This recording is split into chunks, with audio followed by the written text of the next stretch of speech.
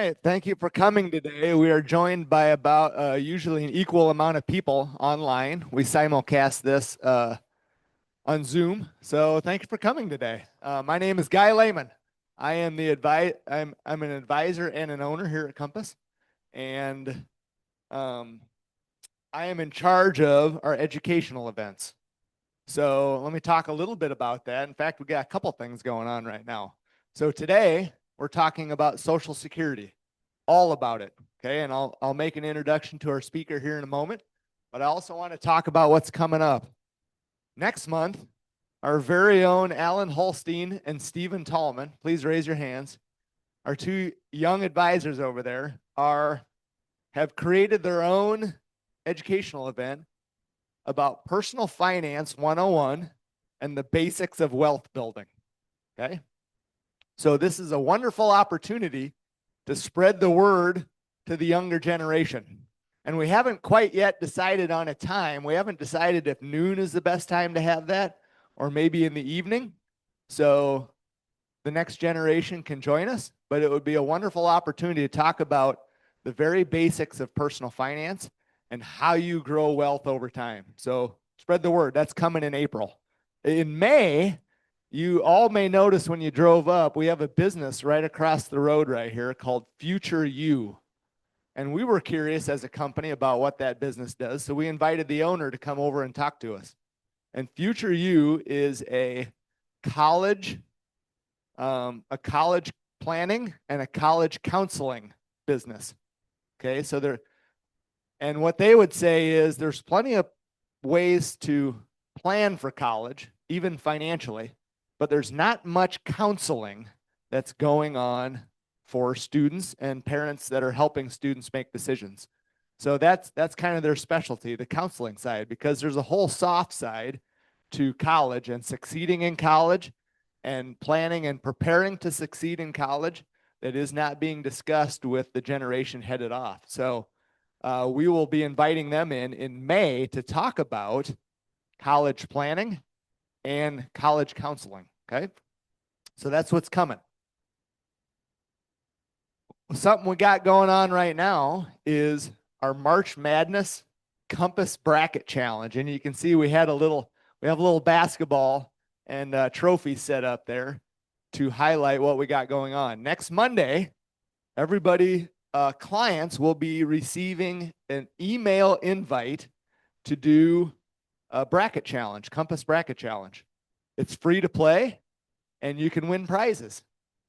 And actually, if you lose horribly and finish last, we still have a prize for you. So you can get your name etched on the Compass trophies if you win and if you come in last. So there's a consolation prize there. We also have going on, and that's for both the men's bracket and the women's bracket. Okay, so it's all online. We also have a Compass watch party. So the men's March Madness kicks off next Thursday. So a week from today, March 19th at Gilroy's Restaurant in West Des Moines. We have a room rented, and we're going to have a lot of TVs on. We're going to have food and drink. So it's open from 1:30 to 5:30. Please come and join us. And the RSVP for that, you should have an RSVP email somewhere in your inbox. If you don't, you can go out to our website and RSVP that way. But please RSVP soon so we have enough food for everybody that shows up. So that'll be fun. Again, a week from today at Gilroy's in West Des Moines. I also want to introduce our team here at Compass. Again, I am an advisor, Justin Van Houten, Caleb Pearson, who's running our AV today, Alan Holstein, Michelle Bjorkren, Steve Connard, and Steve Tallman, all advisors here at Compass. Our administrative staff is Julie Greer, Joe Waniger, Hannah Wilson, Cheryl Hurst, and Nancy Economist. And that's the Compass team. Today, we want to introduce, first of all, Joe Mazzucati is our wholesaler at Franklin Templeton. And Franklin Templeton is a really big organization that handles a lot in the way of investments.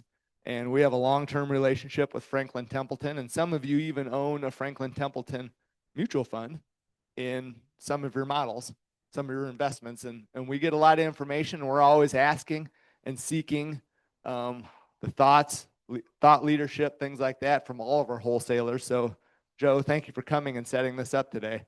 We have a special guest, Mike Cannizzaro. Is that right? That's good. Pretty close.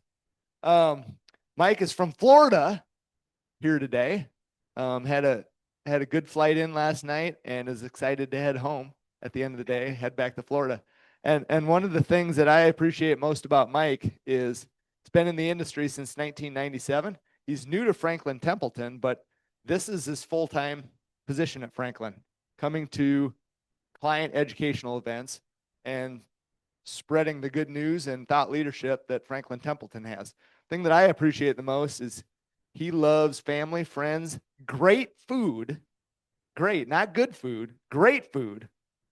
And I wonder if he's had any great food in Iowa so far. He said not yet. He ate at the airport and had a hotel breakfast. So sorry you're missing the Iowa great food, but I'm going to turn it over. I'm going to turn it over to Mike here, and he's going to take us through navigating Social Security. All right. Thank you so much, Guy. And I'm really impressed that he nailed Mazzacati and Cannizzaro. That's an experienced host right there. He got both of those long names out of the way. Am I good on the camera? We're good here? All right, perfect. Well, first of all, let me thank Compass for having me. Really, really a pleasure to be here. Really happy to be here. And thank you all for being here and taking some time out of your day. I really hope you'll get some good stuff out of today's session. As Guy said, it's my job to do these, but I'm always honored to be able to talk to people about something so important as their personal finance, especially a retirement goal. Retirement is a decision we want to get right. We want to make it the best that we can. I always say we want to retire comfortably and confidently. And a big part of that is this Social Security decision. And so I'm going to get into all of this today. Now, I'm aware that some of you may not have yet collected and are interested in learning about ideas around when and how to collect Social Security, how it works, how to optimize that benefit. Some of you may already be retired and collecting Social Security, and that's okay because we're going to wrap everyone into the conversation. We're going to talk about the state of Social Security. I'll talk about how it's taxed, and if there's anything different going on with that. There's a new tax law that we heard Social Security is tax-free. It's not quite the case, but I'll talk a little bit about that. And we'll also talk about spousal and survivor benefits. So there should be something for everybody here today in this discussion. But where I like to start, we're not moving. Let me, you want to push me to the next one?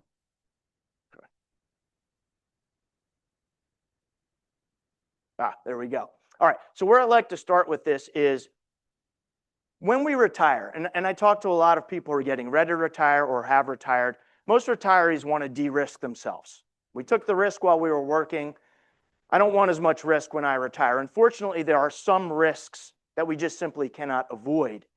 And so we have to pay attention to this because they become exponentially more profound after we retire because we no longer have that backstop of earned income to support us. We can weather a lot of economic storms if we have job security, but when we're no longer working, we have to really pay attention to risk. So these are some of the things that we face. Longevity risk, that's kind of a funny term, but it just means most people today are living longer in retirement. On average, retirees now are living up to 20 years or longer. I don't know anyone that ever tried to avoid longevity risk by living a shorter life, so that's not what we're talking about, but it does present a greater financial challenge because we need more resources to last longer. Inflation, that's a real tough one on retirees. As costs go up, many people living on a fixed income. Social Security lasts, it doesn't go away, and it has a cost of living adjustment, so it can help with these things. Market risk, of course, some of us still have exposure to growth in retirement. That could come with some market risk. Social Security is impervious to market risk. It continues on regardless of changes in the markets. Taxes, Social Security, as I said, can be subject to taxes. However, right now the law is it can't be 100% subject to tax. So I'm going to talk about how Social Security is taxed. But this is a risk, right? They raise taxes. That impacts all of us, even retirees. And then finally, income. Retirees are concerned about having income that they cannot outlive. We want our assets to outlive us, not the other way around. Social Security, albeit perhaps less of an income replacement than it used to be. Today, the average retiree getting about a third to 40% of what they need from Social Security.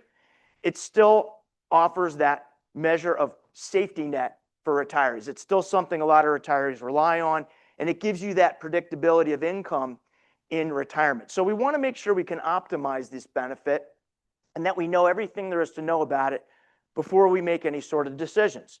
So let's start a little bit with where we are with Social Security. And to start this conversation, I have to take us back to where we all started, which was back in the middle of the 1930s. Social Security was signed into law in 1935 by Franklin Delano Roosevelt. Does anyone know who the first Social Security recipient was? This is a Jeopardy question. I'll have to answer it before the internet comes out and answers it for me. All right.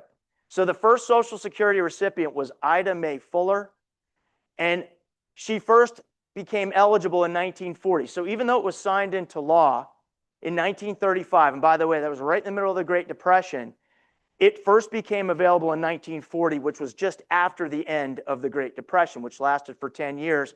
Basically, a lot of people suffering back then didn't have retirement security. This was going to hopefully offer something for folks retiring and perhaps living some point in retirement. So we look at 1940 to now, you can see how much Social Security has evolved. It was always a payroll tax funded system, but that tax has increased from 2% to 12.4%. Now that tax is a FICA tax. You see that on a paycheck.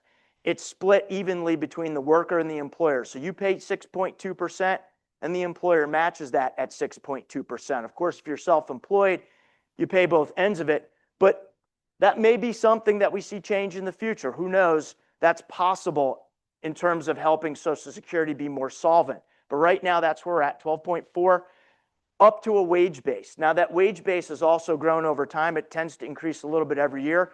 The current wage base is $184,500. That means the worker pays 6.2%, the employer pays 6.2%, up to that amount of wages. That is per person, not per household. So if both spouses work, they're both paying Social Security up to that wage, and then it cuts off. That also means that Social Security benefits are not unlimited because the formula is calculated based on how much you pay in. So because of that cap, there are no people who make millions of dollars a year collecting hundreds of thousands of dollars from Social Security. I would say the most anyone could possibly collect right now from Social Security, if they maxed it out completely, about $5,000 per month. But you see the average down here, $2,071 per month for the average retiree. So it could be higher, it could be lower. Total beneficiaries. Today we have over 74 million Social Security recipients. That's part of the reason Social Security Trust Fund is running out. Notice how far we've come. Now, this is a big deal because we've gone down to a 3-to-1 worker to retiree ratio. This is part of the problem that Social Security is having. There's just not as much coming in currently as there is going out. You think of the baby boomer generation. That was people born between 1946 and 1964. There were millions of people during this population spike.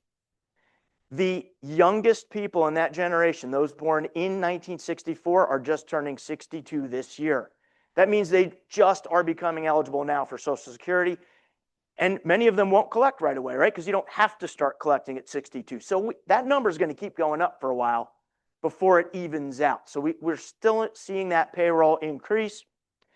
And life expectancy. Most of those boomers are still alive. People are living up to 20 years or longer in retirement. We're up to age 85 in terms of average life expectancy. And that means people collecting for a much longer period of time. That is something that we have to think about as well in terms of our collection strategy. So I'm going to get into that. But this is the trajectory right now of Social Security. We've had to revise this a few times. It was not too long ago, about 2035, that the trust fund was expected to run out, and they keep pushing it up. Right now, they're saying the trust fund runs out about 2033. So we saw this peak and now a quick evaporation. And the question everyone has was, well, what do I do? I hear a lot of people saying, I'm going to start collecting right away so that I don't get cut off. I don't think that's going to be the case in terms of if you're near retirement or if you're already in retirement. you're going to get cut off. But let me give you two extremes. The first extreme is they do nothing. They just let the money run out and they let it be what it will be. There's still a lot of people paying into the system, so there will still be Social Security benefits, but existing recipients would expect to have about a 20% haircut in what they're getting. Now, I'm going to tell you that that is probably the least likely scenario. I don't know a politician on either side who's going to vote to let people's benefits get cut. That would be political suicide. 74 million people voting against you quickly brush you out of office. So I don't think anyone wants that, and no one has said they want that. But on the other extreme, what if we just increased payroll taxes enough to cover the deficit? It's about 3.65% increase. That's a pretty significant payroll tax increase just for Social Security. So I don't think that's very likely either. What's more likely is some combination of what we did back when we plugged the gap years ago. The last time changes were made to Social Security was 1983. 1983. And guess what they did? They used a combination of all these different factors to help extend the problem. So it's very possible we could see a payroll tax increase, perhaps at both the employer and the worker level. In 1983, it went from 5.4% up to 6.2%. They staggered it out. Didn't happen all at once. That could happen again. There are some people proposing that we change the wage base. And you have different people saying different things. Some people want to means test it, meaning it'll only go up if you make over a certain income level. And they want taxes to be uncapped, like with Medicare. Medicare taxes are uncapped on wages. There's no cap on wages for Medicare taxes like there is with Social Security. That's going to be something they disagree on. We'll see who wins. But there could very well be a bigger increase to the amount of income that gets taxed. Now remember, that also increases the benefit. So they would probably also have to tweak the benefit formula downward for higher earners. And that is also a likely solution as well. If you get the drift of where I'm going, this is probably going to be a bigger impact for workers and future generations than existing retirees. The other side of the coin is they could decrease benefits. They could raise the full retirement age. Now, back in 1983, it went for the first time from 65 up to 67, and they staggered it. That's a long time ago. Life expectancies have gone way up since then. They could reasonably say, hey, we need to push the collection ages back a little bit. They could also potentially reduce benefits for higher earners and say, hey, you know, this is more of a safety net for lower earners. And then finally, they could lower the cost of living adjustment. I think that would be very unpopular. As it is, it's not much. It's supposed to be pegged to inflation. This year it was 2.8%. And people are not happy that Medicare premiums went up so much because it eats into that Social Security increase, right? Most Medicare Part B and D premiums coming right out of your Social Security check. So you really didn't get the full effect of that raise. So all those things are looked at. What are we going to see a fix? Well, there's 2 more presidential elections between now and 2033. It's been kicked the can down the road for many cycles prior to this. The actuaries have known about this problem for a long time. It's a bipartisan problem. We've got 2 more presidential elections. I think we're going to start to hear more about this in the next 1 to 2 cycles because it's going to become a platform issue. It has to. Otherwise, we have a big problem. So we'll see what happens. But right now, there is no big proposal out there that we can hold on to say, here's what's coming. I just think it's going to be some combination of all of the above. All right? Any questions on that?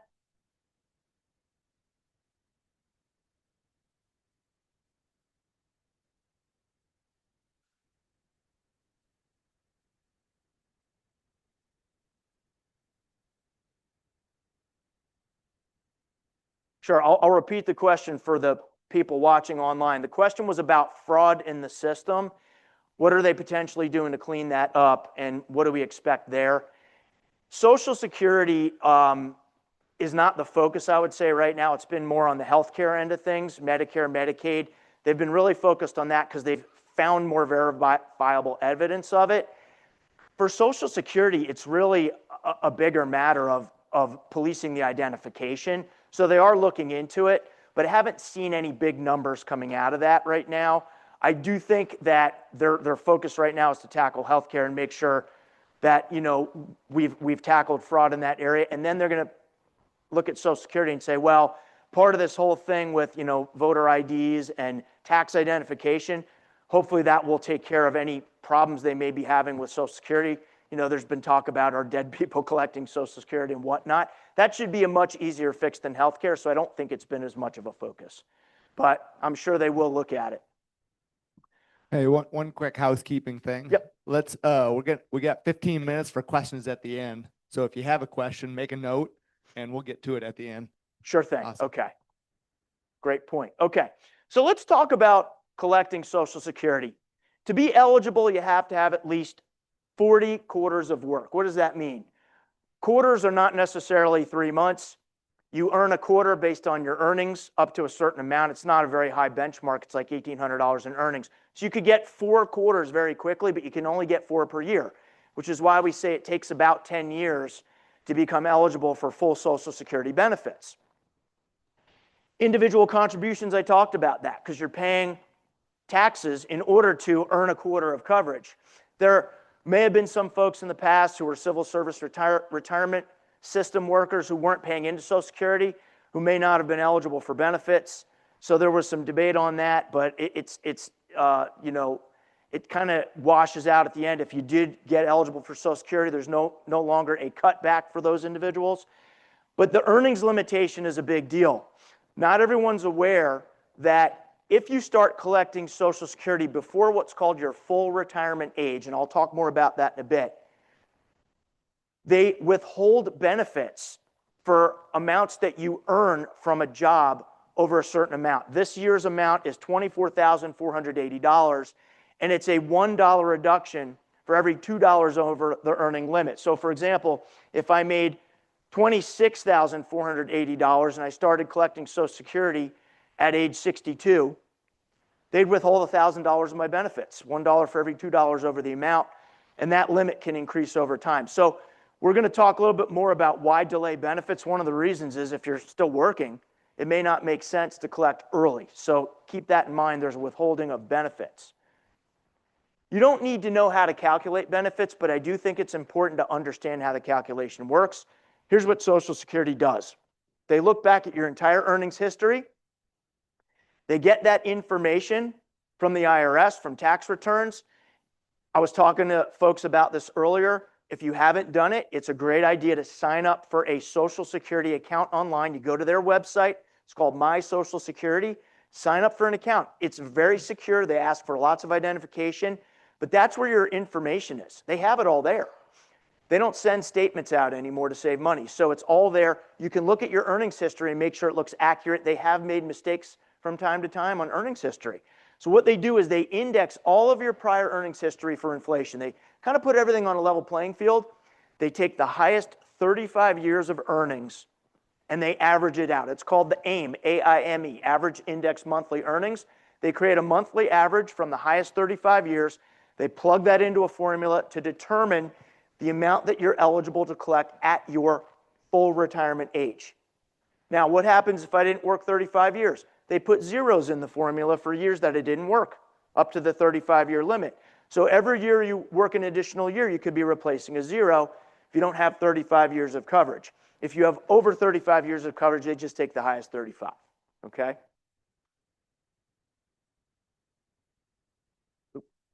Full retirement age, how does this work? It's assigned by your year of birth. For most people today, if you're born in 1960 or later, it's a full retirement age of 67. This hasn't changed since 1983. That's why I think it could change at some point. But you see that it's drifted from 66 to 67, depending on the year you're born.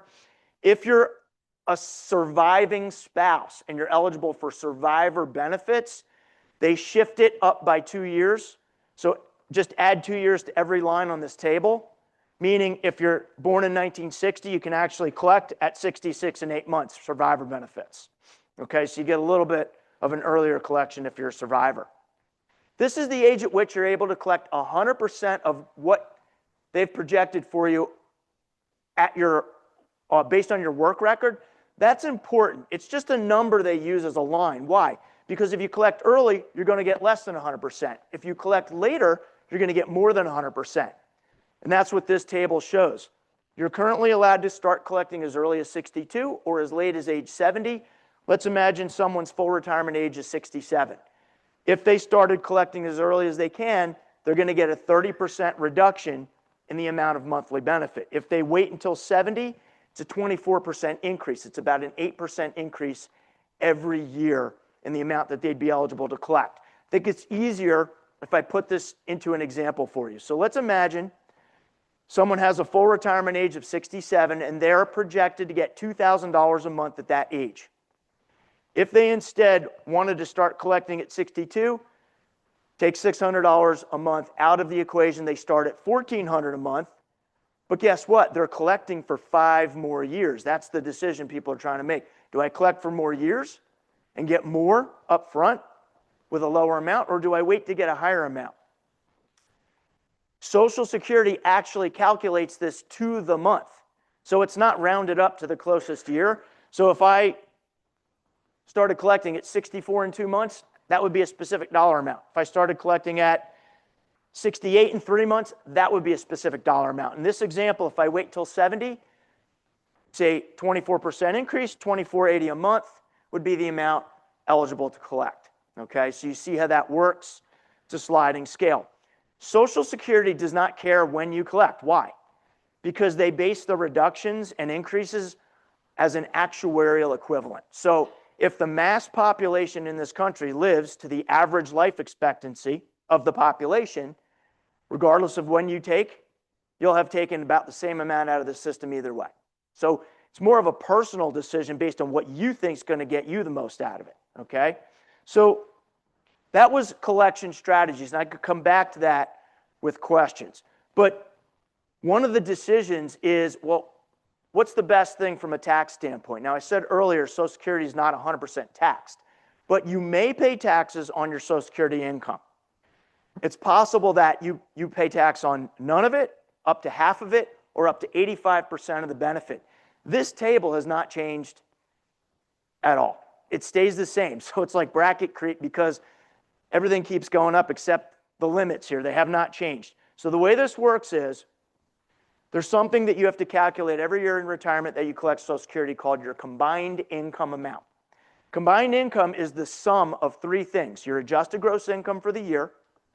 You have to add to that half of your Social Security benefit, and then any tax-exempt interest that you got from, say, municipal bonds. All 3 combined equals an amount that gets plugged into this table. If you're single and your combined income is less than $25,000 or married less than $34,000, you don't have to include any Social Security on your tax return. If you go over those thresholds and the next threshold is $32,000 for single, $44,000 for married couples, now up to half of your benefit has to be included as taxable income. When you go over the top line, up to 85% of your benefit will now be included as taxable income. Now, you heard the administration come out and say Social Security is now tax-free when they passed that tax bill last year. What they really meant was there's a new senior deduction. Anyone 65 and older can take an extra $6,000 off of their taxes, which in effect wiped out a lot of people's tax bills, even if they were paying taxes on Social Security. But this formula has not changed at all.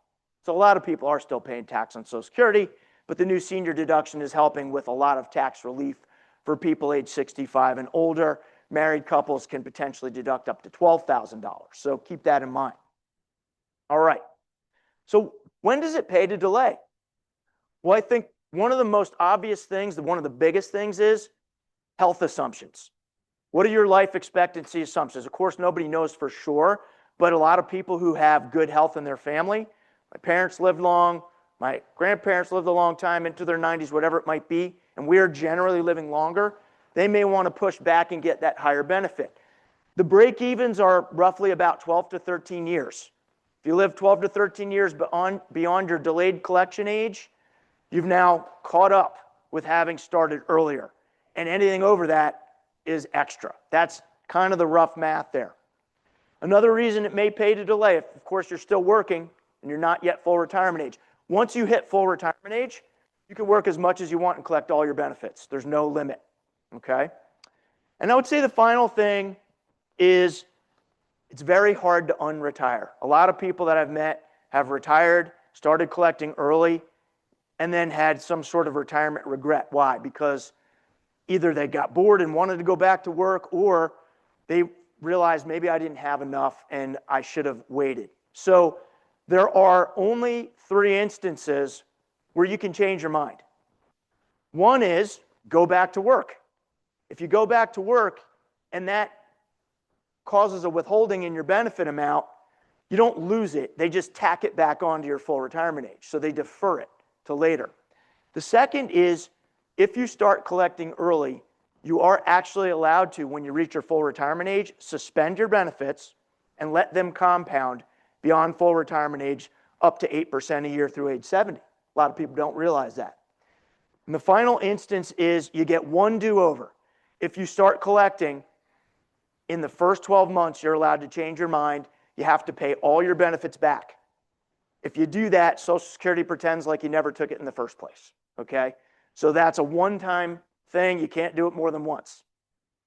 So 3 instances where you could potentially suspend or start over. Now this next section, probably going to be important to a lot of you, and it gets very nuanced and it gets very complex. But I want to talk a little bit about who besides you may be eligible to collect on your work record. So we're going to talk about spousal benefits and other family benefits here. Spouses are able to collect numerous types of benefits. There is a spousal benefit, a survivor benefit, and their own benefit that they may be eligible for. So I'm going to go through each. I'm going to unpack this for you, and definitely save your questions on this one if you have them. But let's start with a spousal benefit. So how does this work? Spousal benefits typically apply in a situation where you have a higher earning and a lower earning or non-working spouse. It comes up in situations where the higher earning spouse's benefit is more than 2 times the lower earning spouse's benefit. If that situation applies, then you may be eligible for the lower earning spouse to bump up to half of the higher earning spouse's benefit. Meaning if it's more than their own, they can get up to half, even if they never worked. So what are the caveats? The caveats are you have to be married for at least a year in order to qualify for spousal benefits, and the higher earning spouse has to have started collecting. See, the lower earning spouse can't start their spousal benefit until the higher earning spouse has started to collect theirs. That's when spousal benefits kick in. So one of the questions we get is, well, what if my higher earning spouse collects early at a lower amount? How does that impact the spousal benefit? So we have an example here. Let's say the husband's the higher earning spouse and has a full retirement age of 67 with a projected benefit of $2,400, but decides to start collecting at 62. 30% haircut takes the husband's benefit down to $1,680 a month. The lower earning spouse says, I want to wait and not collect right away. What do I get? If they wait until their full retirement age, they can still get 50% of what the higher earning spouse would have gotten at their age 67. So they can still get $1,200 a month. That assumes that their own benefit would be lower than that, and they'd want, it'd be better off with the spousal benefit. But the other thing is, when a spouse triggers the spousal benefit, whenever they file, it's called a deemed filing. It means you can't file for your benefit and then do spousal later, or spousal first and then switch to your own later. You're considered to have filed for both at the same time. It's a deemed filing. There used to be these rules where we could play with the numbers and one spouse files and suspends. That's no longer the case. So if the higher earning spouse has collected, as soon as the lower earning spouse collects, Social Security is just going to give you the greater of your own or the spousal benefit, whichever is better. Okay? So that is spousal benefits. Now, spouses can also receive survivor benefits. Of course, a spouse could be a survivor. This is a situation where, again, you have a higher earning spouse, lower earning spouse. If the higher earning spouse dies first, the lower earning spouse is able to bump up to the higher earning spouse's full benefit. They can't collect both, but they get the greater of the two. So this helps survivors. And there's a lot of extra rules here I want to go through with you. So first, the caveats. The surviving spouse can start collecting as early as age 60. You don't have to wait till 62. You can collect survivor benefits as early as age 60. The general rule with spousal and survivor benefits is if you collect early, you're going to get a haircut. Even though you're a survivor, they're going to say, well, you're taking it for more years, so we have to reduce it down. So they reduce it down. If you wait until your full retirement age as the survivor, you can get a much higher survivor benefit. So that's how that works. The second thing is you had to have been married to the deceased spouse for at least 9 months. It's not 12, it's 9 months in this instance.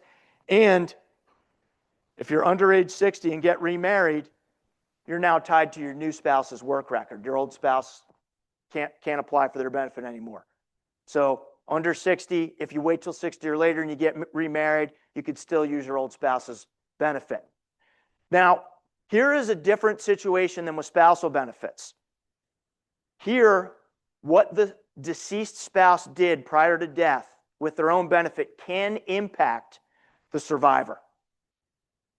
So I'm going to walk you through 3 scenarios. The first is the deceased spouse passed away before they ever collected benefits and they were not yet full retirement age. What happens? The surviving spouse is able to collect 100% of the decedent's projected benefit had they lived to that full retirement age, but the survivor, of course, has to wait to their full retirement age to get 100%, or it will be reduced. Second scenario, the deceased did not yet claim and lived beyond their full retirement age. Okay, let's say I never claimed it, but I'm at 68 when I die or 69 when I die. The surviving spouse is able to get the full benefit plus the extra that they would have gotten, right? Because it was growing at 8% a year, they get the highest amount. The third scenario has a negative consequence for the survivor. What if the deceased spouse started collecting early? Let's just say at age 62, they got that 30% haircut. In this instance, the surviving spouse is locked in to the greater of the amount that they had actually been collecting, or 82.5% of the projected amount at full retirement age for that deceased spouse. It can't go up to 100%, and the survivor still has to wait till their full retirement age to get the most out of it. So someone was bringing this up before in terms of, what do I do to maximize not only my benefit, but my spouse's benefit? If you're the higher earning spouse, you have the higher benefit, the longer you wait, the more you're actually leaving behind for a spouse if you pass away first. And that is important to remember if you're not just planning for yourself, but you're planning for income streams of a joint life expectancy. All right? And I know we may have some questions, but I have a couple more things to go through, and then we'll get to those. One other really important thing here. Unlike spousal benefits, with survivor benefits, it's not a deemed filing. What does that mean? The surviving spouse is allowed to either collect the survivor benefit first, say they want to start at 60 or 62, and let their own benefit build in the background. They could actually let their benefit build all the way through age 70. If at some point their benefit becomes greater than the survivor benefit, you're allowed to switch to your own benefit later on. This is how you maximize out as a survivor. Or you could start with your own benefit, let's say at 62, right? You're not eligible to 62 to collect your own. You know that you'll get 100% of the survivor amount at 67. You just wait till 67. If it's still bigger than yours, you switch to survivor at that point. It's not a deemed filing. You're allowed to do a one-time switch. So you got to know where to start, whether or not there's a crossover, and what the best strategy is for that. Now, I would highly recommend you work with your financial advisors on this. They may have some means to help you analyze that in terms of if you go to Social Security, they can help you with numbers. Depending on who you talk to, a lot of Social Security people may not know all this stuff. So start with your financial advisors. I think they have some software and things that help, but this is really important to know the best collection strategy, especially in a survivor situation. All right? Okay. So a couple things here just to summarize. A widower can collect 100% if the decedent hadn't yet collected. If they wait till their full retirement age, you could start as early as 60 years old. If you start as early as 60, you get 71.5% of that amount, and it goes up from there if you wait. Two other situations. What if a spouse dies young and the widow happens to be not eligible for anything yet? If you're in care of a child under age 16, you can collect survivor benefits right away at a level of 75% until that child reaches 16. And children are also eligible until they reach age 19 if they're still full-time enrolled in high school. So that's important. Kids can get Social Security benefits. Even parents who might be legally, financially dependent on their adult kids can get Social Security benefits on the deceased child's work record. So it's called a family benefit, and there's an employee maximum there. Yeah, I want to talk about that briefly because just in the last couple of weeks, I've had 2 clients whose children are receiving Social Security benefits because one of their parents passed away. And this is, we talk about life insurance in these cases when someone's depending on your income. Well, what people don't figure in often is a qualifying child can receive, in this case, there was 2 kids. They each received about $2,500 per month because their mom had passed away in her 40s. And that's a big deal in making the household float. In fact, the husband couldn't make the household float just on his income. So these $5,000 a month from Social Security until these kids turned 18 floated the boat for them. So it is a big, big deal, and I see it happen from time to time. That's a great point. I'll throw one thing on top of that, which most people don't know. If you had a child in your mid-40s, later in life, kids are actually, if they're under 19 and still in high school or grade school, they're actually allowed to collect Social Security if you're also collecting while you're alive. That actually happens occasionally. A lot of people don't know to file for it. So there's a survivor benefit in possibly if you had a child older in life who could collect while you're collecting as well. A lot of people just don't know to file for it. So it's important to know those rules. There's a lot of nuances here. One last thing, and I'm going to get to questions. People ask a lot of questions about what about divorce situations? Divorced spouses are basically eligible for the same spousal and survivor benefits as if they were married, with one big caveat. You had to have been married to that person for at least 10 years. If you were married to that person for at least 10 years, you could file for spousal and or survivor benefits on their work record. If they're still alive and you're getting spousal benefits, you don't have to tell them. You just go straight to Social Security and show proof of marriage and the relationship. Social Security has those records as well. There's a couple little tweaks here, but for the most part, it's the same rules. Funny story that I won't take credit for. I heard another person tell this story, but does everyone remember late night talk show host Johnny Carson? Johnny Carson was married 4 times. 3 of those marriages were for longer than 10 years. Did you know all 3 of those ex-spouses were collecting Social Security on Johnny Carson? Now, people will say, well, what about my benefit or Johnny Carson's benefit? Doesn't impact it. Doesn't impact the new spouse's benefit. Doesn't impact your benefit. Trust me, I think they're going to look at that when they change the Social Security rules next time around, because divorce wasn't as prevalent in 1983 as it is now. They may start to shave some of that down, but it is possible for divorced spouses to collect. If they get remarried, once again, same rule applies. Prior to age 60, they switch over to the new spouse. So that's one of the caveats there. But with that, that's the end of the slides. I'm happy to take questions or turn it back over to so I'm going to throw a little piece in from Compass here about how we view Social Security. A lot of people come to us curious about, how do I get the top dollar out of Social Security? I want to wring every dollar I can out of the Social Security program. And our response is, tell us when you're going to pass away, and we can really nail this decision for you, right? Of course, that's the wild card. Nobody knows. And you heard some numbers there, the kind of the break-even points. So basically, are you going to live to 84? Because for most people, that's about the break-even point, which means if you're not going to make it to 84, take it as soon as possible. If you're going to live past 84, you would get more money by waiting to 70. Okay, so again, big, broad brushstrokes. But at Compass, we really view Social Security as a tool to make your plan work. That's the beauty of Social Security. It doesn't have to be, I'm trying to squeeze the last dollar out of it, because that's impossible to know except in hindsight. As a tool to make your plan work is the way we like to look at it. Okay, question for you. We have a lot of people that struggle to get good information out of Social Security and to get good service out of Social Security. And a recent case is, for some reason, Social Security has a phone number for you. And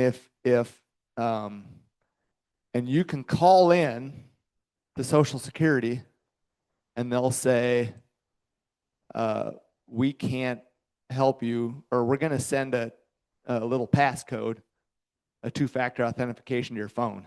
And it's not the phone that you're calling from. It's some phone number from 20 years ago. And we can't actually change it for you because we can't send a two-factor. Just all sorts of crazy stuff like this. What's your recommendation for getting good help from Social Security? So it's hit or miss, okay? And the first thing is, everybody has a local Social Security office that you could try first. I like to say start there, because if you got a good person, no need to go anywhere else. If they know what they're talking about, they have experience. But you'll know right away if they're pushing you off, or if they tell you right away, just do this, and they haven't explained things to you, then it's try to get to Social Security through their main channel.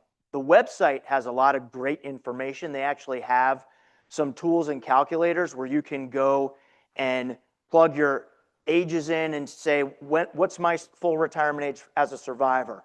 What are my projections? So they do have some things, but it's kind of hit or miss in terms of whether you'll actually speak to somebody who's as knowledgeable as the next person. Just like anywhere else, you know, they may be on the job for a few months, or they may be on the job for many years. And so just like with anything else, I'll always say, you know, is there someone I could speak to who knows a little bit more? But I don't have an exact best way. I will say this, through Compass, our team is accessible. So if you have questions or have something personal you don't want to talk about today, if we can help at all, we don't just do presentations, go through you guys, and you can reach out to us with questions. We do research as well. So we're an extension of these guys. Awesome, thank you. Locally, one kind of hack that we found is the Ames office. Okay, it's directed right south of Ames.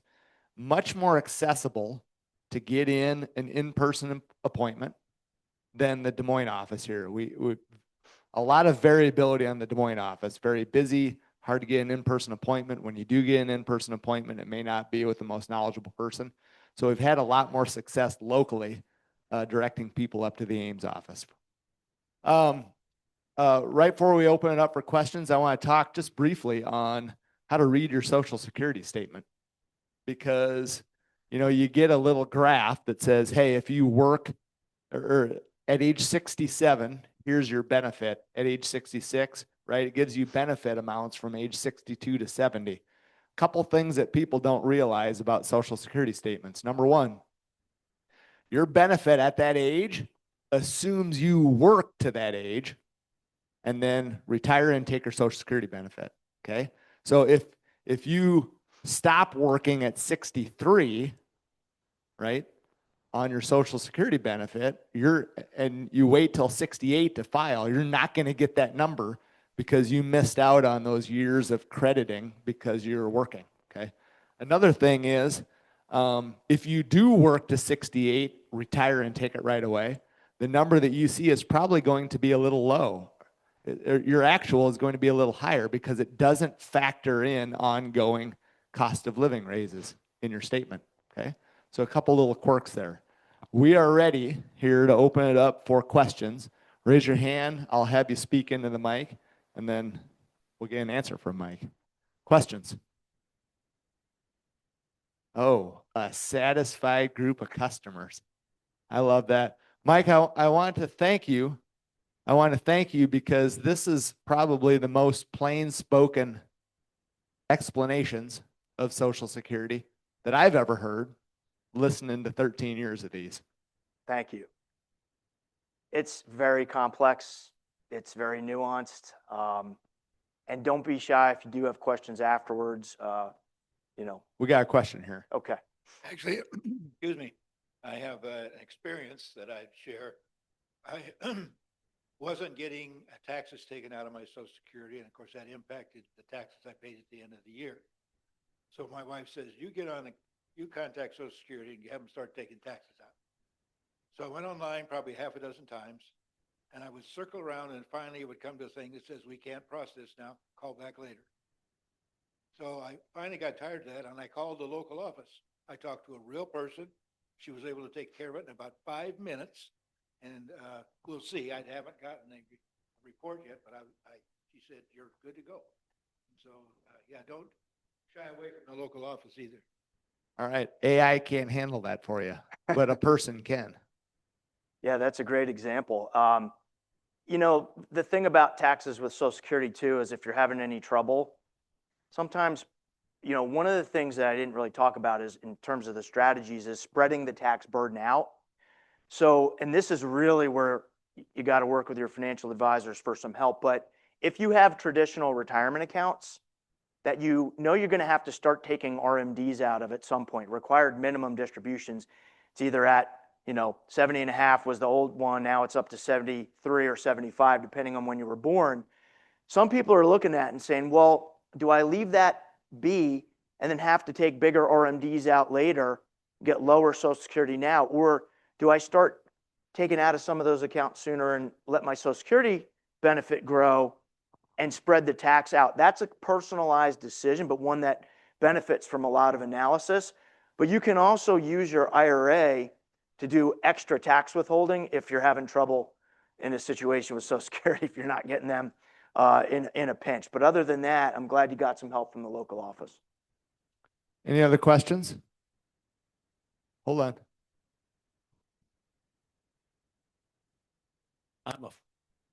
I'm a farmer, Okay. and so when I retire, I'm going to have farmland rental income. Does that count as regular income when they figure, if I have to pay tax on my Social Security or not? So that's a very thoughtful question. I got an additional question to tack on. Okay. Is along those lines, what counts as income when they're figuring the taxability of the income? And then also you talked about the earnings offset, right? If you file early and are making too much, what sort of income is that? Okay. So I'll address question one and then question two, partly the same answer. When they calculate how much Social Security you have to include for tax purposes, if you remember that formula, the first part of that formula was you take your adjusted gross income and then you add half your Social Security benefit and tax exempt interest. Most people are either going to be blown out of the water by the AGI number or not. Investment income is included as AGI. So it's not just earned income. So even though you might be retired, if you're getting rental income that you can't offset with some type of tax deductions, AGI is the number that gets used. Now, let me do a quick on AGI. Adjusted gross income is not reduced by things like itemized deductions or standard deductions, which everyone's eligible to take one or the other. The only thing AGI gets reduced by is what are called above-the-line deductions. Above-the-line deductions are usually things people have while they're working, like making contributions to a 401k, et cetera, et cetera. So your rental income will be counted as part of your AGI, which means it could put you over that test for whether or not Social Security will be taxed.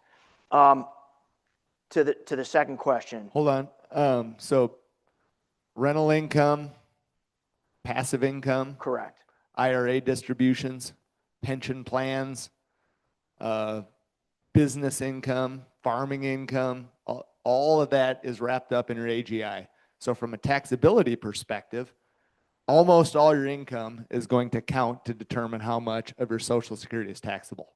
Yeah, it's harder for retirees to lower their AGI. The only way I could think of is if your rental income was somehow not passive and it were through, if you had an actual business where the rental income was retained and then you paid you paid out wages or something like that, it's probably not going to work, right? But you need a way to offset it before it hits your tax return. So it's going to be hard to do. And can you repeat the second part of your question? Second question was the earnings offset. Remember I talked about if you file before your full retirement age and you earn too much, right? You're still working and you earn too much, they start taking your benefit away, Correct. right?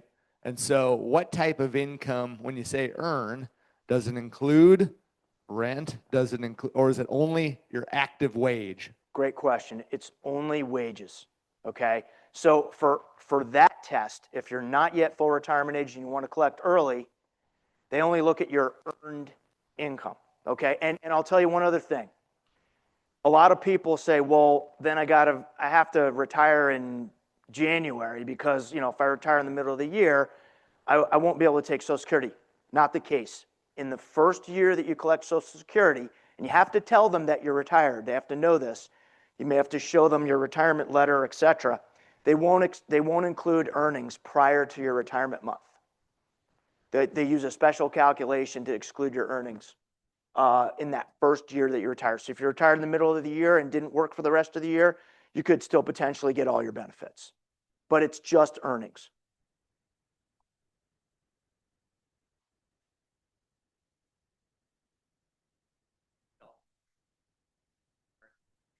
Yep, wages. When we talk about the earnings offset, when you retire or take Social Security early, but still have active income, includes self-employment income. Correct. Yeah. Yeah. Wages and self-employment income. Correct. Yeah. You'll know. I think where the gray area is, where this gentleman identified, rental income mostly is passive income. There are people who are like professional, you know, landlords and such that they structure a business and the rental income gets counted a different way. But I don't think that's your situation. But investment income on all of that is still going to count for AGI purposes. Yeah. Questions? The new $6,000 tax credit for seniors, is that prorated? So in other words, if your income, adjusted gross income goes over X, does it prorate and eventually disappear? So the answer is yes. The $6,000 deduction for seniors has what's called a phase out. For single filers, it starts at $75,000 of adjusted gross income, and you get a whole $100,000 range before it completely evaporates. So it goes down little by little until you go over 175. Married couples, it's double. It starts at 150,000 of adjusted gross income and goes to 250,000. So over 250 for a married couple, no $6,000 senior deduction. Thanks for bringing that up because I don't think I mentioned that before. All right. Thank you. Thank you for coming. Thank you for being clients at Compass. Yes. Big round of applause for Mike. A+ right here. Thank you for choosing Compass. Thank you for your trust. It is a deep and meaningful thing for us to be invited into your life to walk along the financial journey with you. We are open for business. We thank you for your referrals. That continues to be a wonderful thing for us and hopefully for the people that you refer. So have a great day. Let us know if you have any questions and talk to your advisor about this stuff. All right. Thanks.